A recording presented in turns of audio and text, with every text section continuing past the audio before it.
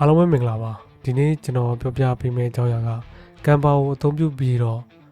social media အတွက်တပ်ပုံဘယ်လိုလုပ်လို့ရမလဲဆိုတာပြောပြပေးမှာဖြစ်ပါတယ်ကျွန်တော်နဲ့အတူဗီဒီယိုဆုံးထိလိုက်ကြည့်ပေးပါအရင်ဆုံးကျွန်တော်တို့ကမ်ပါအကောင့်ထဲကိုဝင်ထားပါမယ်ကမ်ပါအကောင့်ထဲကိုရောက်ပြီဆိုရင်ဘယ်ဘက်ချမ်းမှာရှိတဲ့ create design ကိုနှိပ်ပါ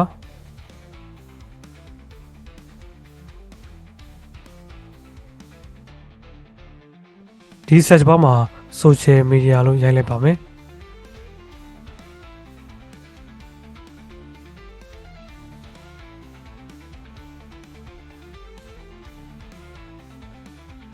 ဒီပေါ်ဆုံးအားပါတစ်ဆက်ကလေး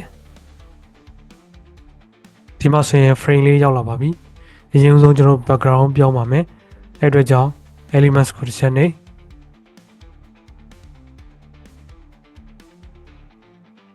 ဒီ search bar မှာ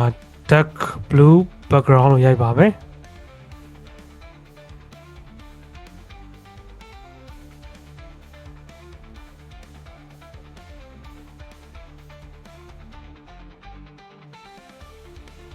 ဒီမှာကျွန်တော်ခြားထားရှိပါတယ်ဒီတစ်ချက်ကလေးဒီမှာဆိုရင်အများကြီးရှိပါတယ်ကိုကြိုက်တာယူသုံးလို့ရပါတယ် photos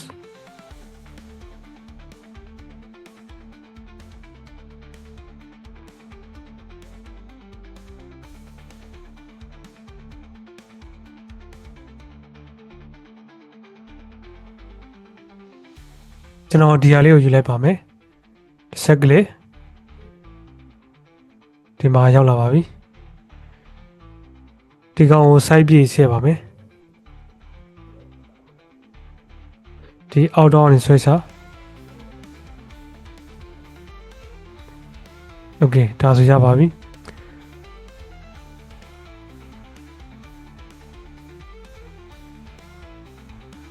ကျွန်တော်ကဒီအောင်နာလေးမှာ wave ပုံစံမျိုးထည့်ပါမယ်အဲ့အတွက်ကြောင့် elements မှာသွားရှာပါမယ်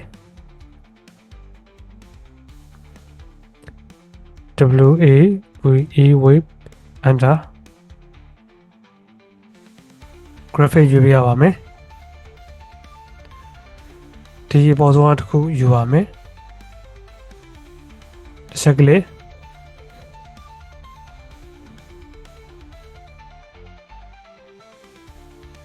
site ဆက်ပါမယ်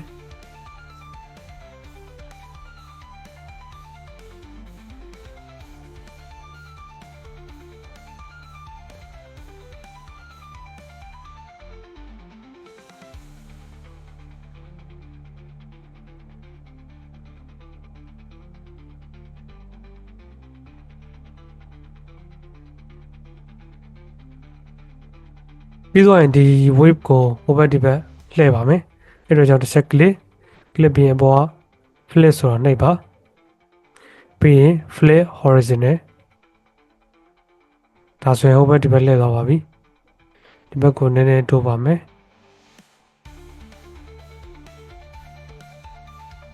โอเคဒီလောက်ဆိုရင်ရပါပြီကျွန်တော်တို့ဒီ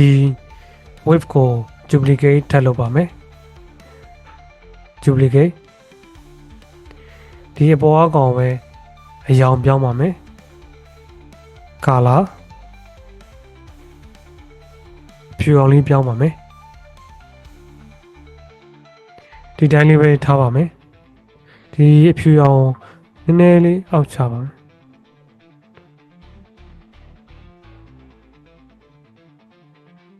ဒါတော့ဆိုရင်ဆင်ပြေပါပြီပြီးရင်ကျွန်တော်တို့ဒီအောက်ကအမဲကိုဝါးလေးလုပ်ပါမယ်အဲ့အတွက်ကြောင့်အဲ့ဒီကောင်ဆက်လက်ပေးမယ်တကယ်လို့ဆက်လက်ပေးတာမသေးကြဘူးဆိုရင် position သွားပါမယ် layers ဒီအမဲလေးကိုတစ်ဆက်ကလေးပြီးရင်ကျွန်တော် edit ကိုနှိပ်ပါမယ်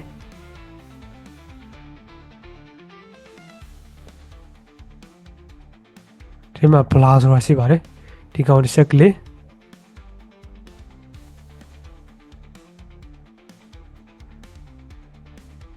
ဒီဟာလေးကိုတိုးကြည့်ပါမယ်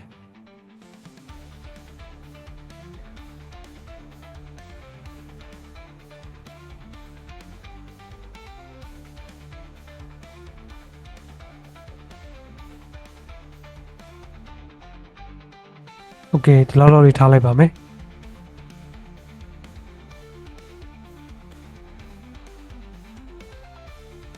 ပြီးရင်ကျွန်တော်ဒီကောင်ပဲ transparency ချော့ပါမယ်စက်ကလေး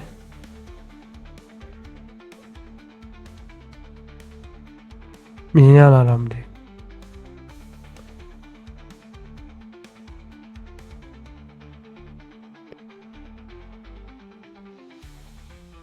ဒီလောက်လေးထားပါမယ်ဒီလေထဲမှာအလင်းထည့်ပါမယ်အဲ့တို့ကြောင့်ဒီ elements မှာ light လို့ချလိုက်ပါမယ် light enter ပြီးရင် graphic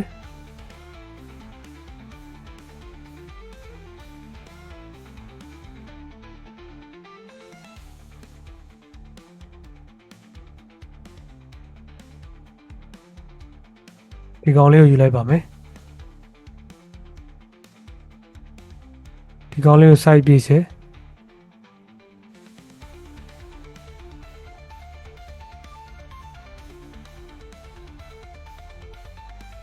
ဒီလင်းအားဒီပေါ်ရောက်နေတဲ့အတွက်ကြောင့်ကျွန်တော်တို့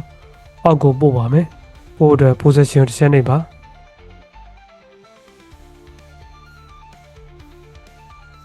ဒီကိုဖိပြီးတော့ဆွဲချလိုက်ပါမယ်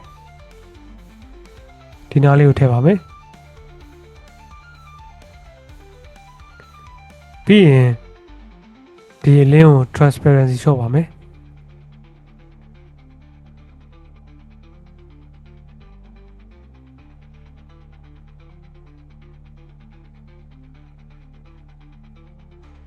ဒီလောက်ဆိုရင်အဆင်ပြေပြီလို့ထင်ပါတယ်ပြီးတော့ကျွန်တော်တို့ဒီပေါ်မှာ coffee စင်တဲ့ပုံစံလေးထည့်ပါမယ်အဲ့အတွက်ကြောင့် elements မှာ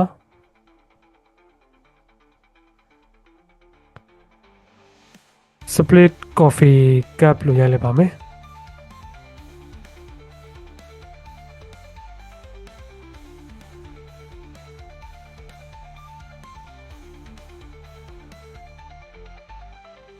enter ကျွန်တော်တို့ဒီဟာကို photo တွေကယူပါမယ်အဲ့အတွက်ကြောင့်ဒီလိုတစ်ချက်ကလေး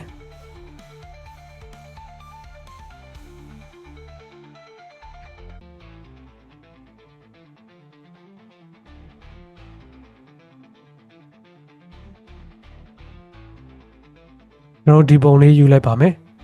ဒီပုံတစ်ချက်ကလေး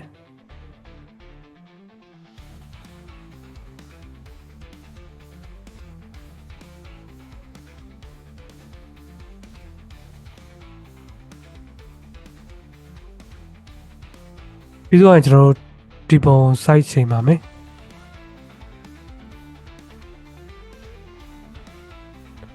ဒီ coffee ပုံဟိုဘက်ဒီဘက်လှည့်ပါမယ်အဲ့အတွက်ကြောင့် flick ကိုနှိပ်ပါ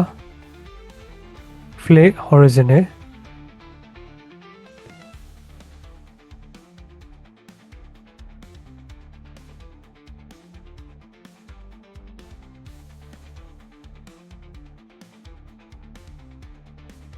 ကျွန်တော်ရဲ့ဗီဒီယိုကိုဆုံးထိကြည့်ပေးတဲ့အတွက်ကျေးဇူးအများကြီးတင်ပါတယ် like and subscribe လုပ်ဖို့လည်းတောင်းဆိုချင်ပါတယ်အားလုံးကိုကျေးဇူးအများကြီးတင်ပါတယ်